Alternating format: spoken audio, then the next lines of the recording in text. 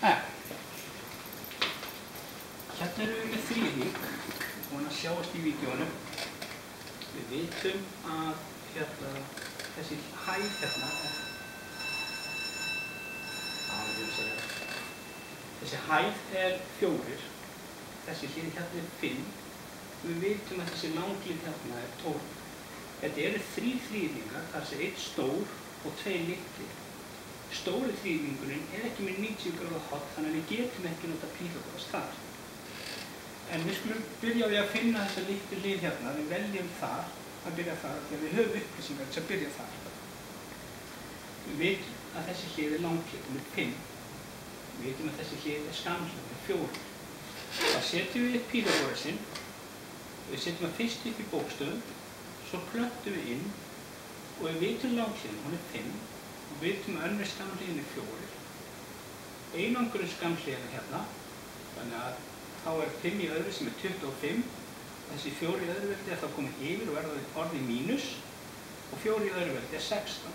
25 mínus 16 er 9.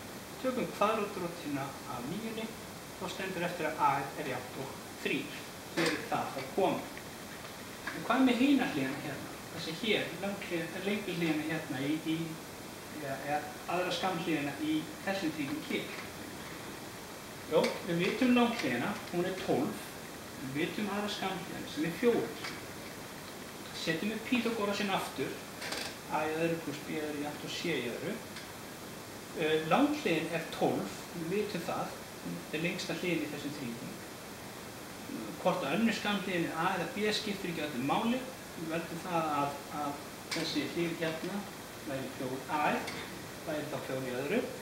Þannig að þetta er 4 í öðru pluss b í öðru er jafnt og 12 í öðru. Gerum eins, einangurinn b, þannig að 4 í öðru fer þá yfir. Tökum annað veldið af báðum tölunum, 12 í öðru er 144, en 4 í öðru er 16. Þetta er þá 144 mínus 16 sem er 128. Tökum kvadratrótina því, báðum megin, þá fáum við út að þessi hlið er kvadratrótina 128. Þetta þýðir það að hún er bara þessi partur er kvadratrótina 128.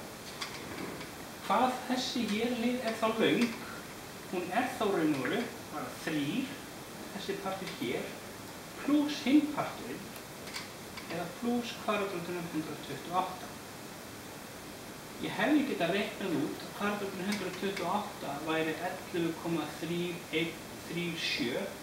Þá er öll hliðin 3 pluss það eða 14,3137.